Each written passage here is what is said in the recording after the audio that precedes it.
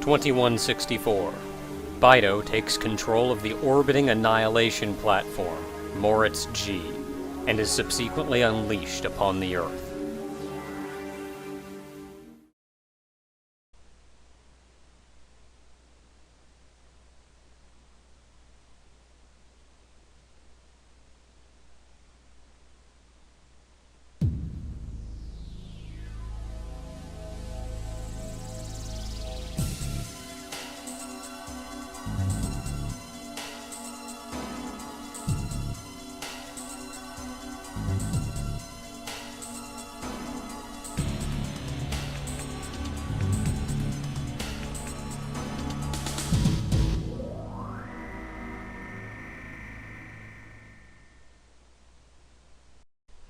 Welcome to Let's Play R-Type Delta. R-Type Delta was technically the fourth R-Type game in the series, though it wasn't the fourth in the timeline, which is why we're getting to it before even other labeled R-Type games. Now, almost a year prior, or not actually a year prior, but almost a year after the initial Bido Mission 1, there was an event where small Bido rained down through the atmosphere, disappearing from sensors, to the point that we paid it no mind, thinking they weren't there, but it was only later on that we saw Bido-infected machinery appearing all across the planet. This is not only when the police were dispatched to deal with these mad cars, but at the same time, the military issued a counter-attack in the form of R-Type Delta. Now, normally, unlike the official Bido Mission 1 and later Bido Missions 2 and 3, those are all pre-planned offenses against the Bido. This is not an official Bido mission because this is purely defensive. We are responding to them attacking us. And our response begins in Asia, where a planet-destroying weapon called the Moritz G has been taken over. Though the Bido don't have complete control over its planet-destroying capabilities, its personal defensive have still proved unable for anyone else to get close to. Which is where we come in. So the first thing we're going to want to do is register a pilot. And I am Naka, so Naka will be piloting. I want to stop by the options, change the difficulty to easy because fudge R-Type. I also want to change the speed up to R1 and the speed down to L1.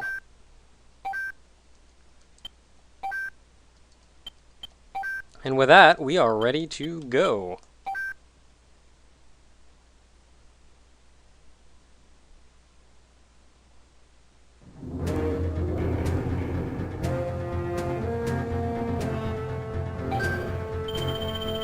Now, the neat thing about this game is they actually give you 3 R-Fighters to choose from. The one you see here is the R9A2. The R9A has been the popular choice for many of the encounters with the Bido up until now. The R9A2 is merely an improvement upon the R9A. Improvements include the Delta weapon, which is kind of an odd Bido Force-type weapon. I'll be showing them off. And it's also gained a new Wave Beam. Had the standard Wave Beam all up until now, but this game introduced the Diffusion Wave Beam. The second fighter you can choose from, this game refers to it as the RX, but its technical designation is the RX-10. You see, the X is generally put in front of R when the ship is a prototype. There was never a proper R10 made, so this is merely the prototype of the R10, the RX-10. Now, how the letters and numbers and things work is if you tweak a couple aspects of the ship to maybe investigate something new or try something new, That changes the letter, the R9A, the R9B, the R9C. If you simply improve upon a design, that would be going from the R9A to the R9A2. Going from something like the R9 to the R10 requires a complete overhaul. And that's what they did with the RX10 here. This overhaul included a completely new optical screen paint thing over the ship, which really doesn't affect the gameplay at all. It's also got a brand new force, the Tentacle Force, which is one of my more favorite forces, even though it's not one of the most useful. And it also has a brand new Wave Beam. The Wave Beam uses some interesting technology that causes an enemy fighter to explode from the inside. Kinda neat. And then the third fighter that we have at our disposal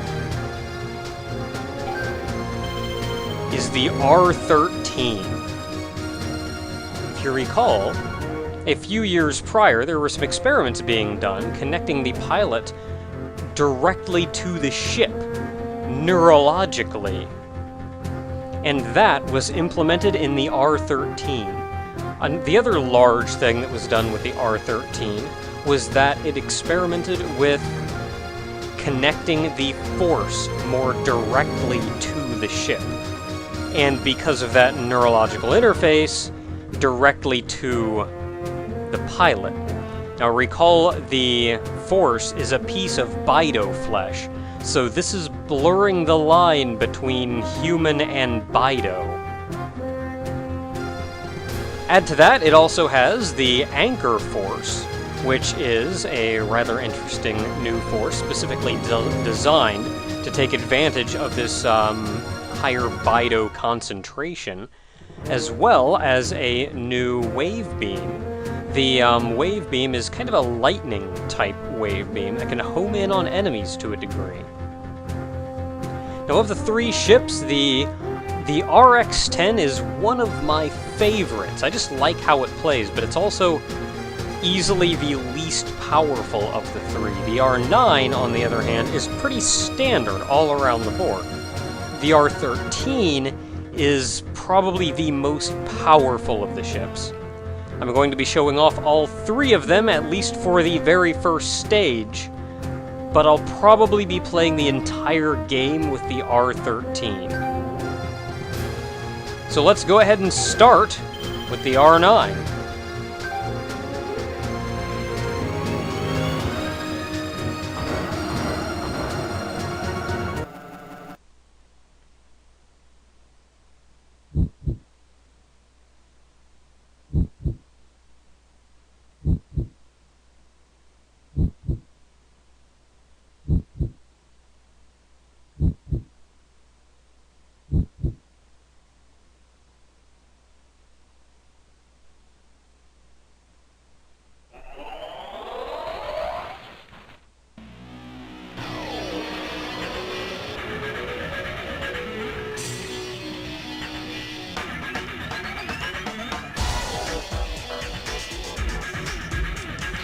Now, the R9 pilots almost exactly like any of the other R fighters up until now. Very reminiscent of the one in the original R-Type. Now, you'll notice, since this is easy mode that I'm playing on, you automatically start with a force, and you can get the three different colored power-ups, be them the red, blue, and yellow. Now, how the diffusion wave cannon works is when you charge up, you can hit a 2-loop charge.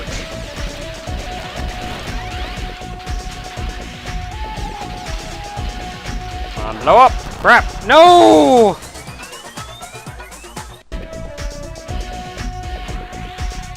You can hit a 2-loop charge, though, and that's what I get for kind of screwing around. I'm not really intending to get terribly far in this thing, so oh well. So if you charge up, it'll eventually hit the end of the first loop, and that will fire out a shot that's very similar to the same shot in R-Type 1. However, you can charge it up past that.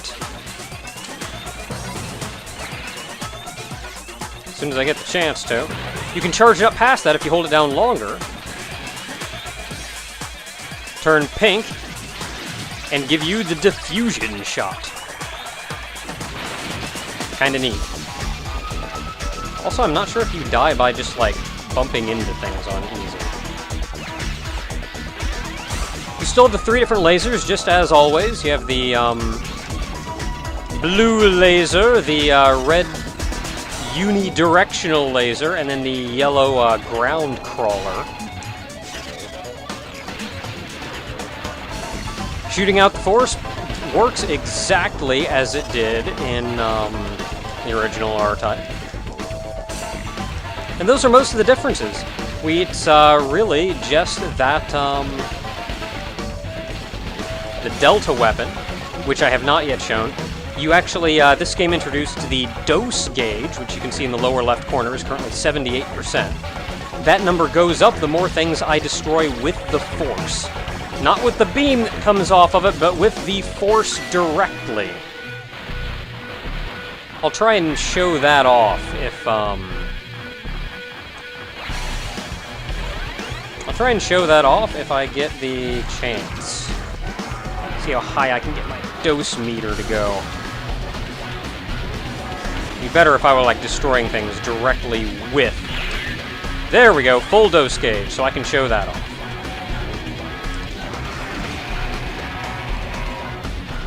It's essentially like a bomb in most other shooters. It's just a real quick kill everything on screen button.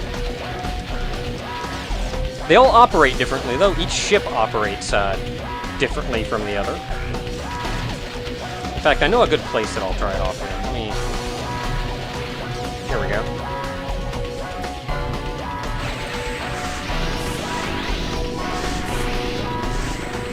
And there we are. And now we have the red DNA beam!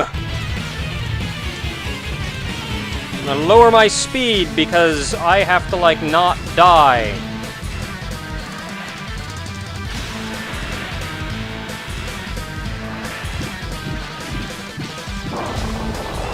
And with that, the Moritz G has been destroyed. Okay, so I'll be right back in a moment and I'll show off the RX-10.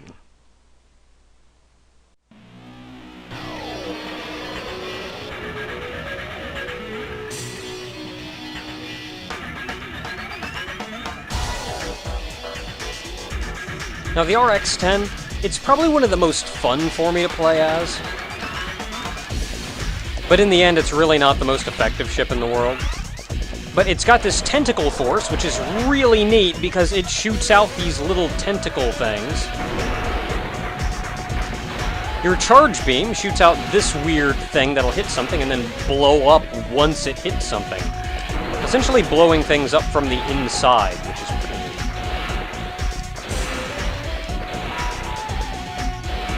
Now, as you move forward, the tentacles actually separate. Come on, give me laser. You can see I can destroy that one with that thing with the R9 pretty easily, but I almost couldn't with the RX-10. The blue laser actually homes in a little bit too, which, though interesting, makes it a little hard to get to aim, like, right where I want it to aim.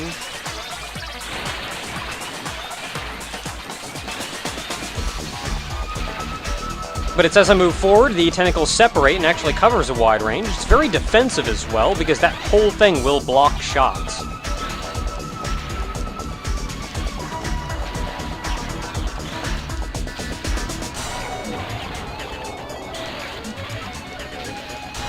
And then they come together and do more of a focused shot as well, which is kind of neat. And you see, I'm hammering on this thing pretty consistently, but I'm still not really doing enough damage. This is kind of a mini-boss, and if you don't destroy it in time, it'll start shooting at you like that.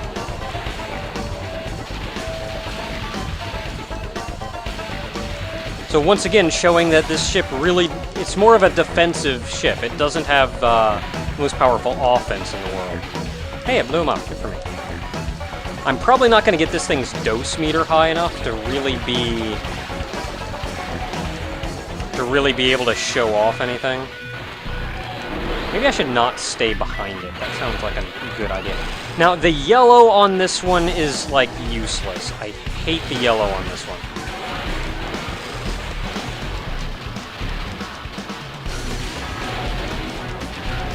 These odd tentacle things, which I guess makes sense, seeing as it is the tentacle force.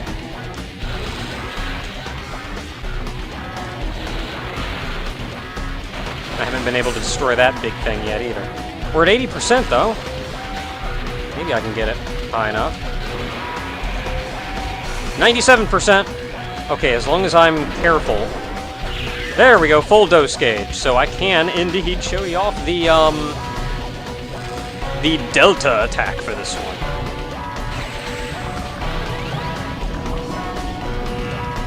And then I really like this one's red beam. It's very directional, you can focus it and do a crazy amount of damage.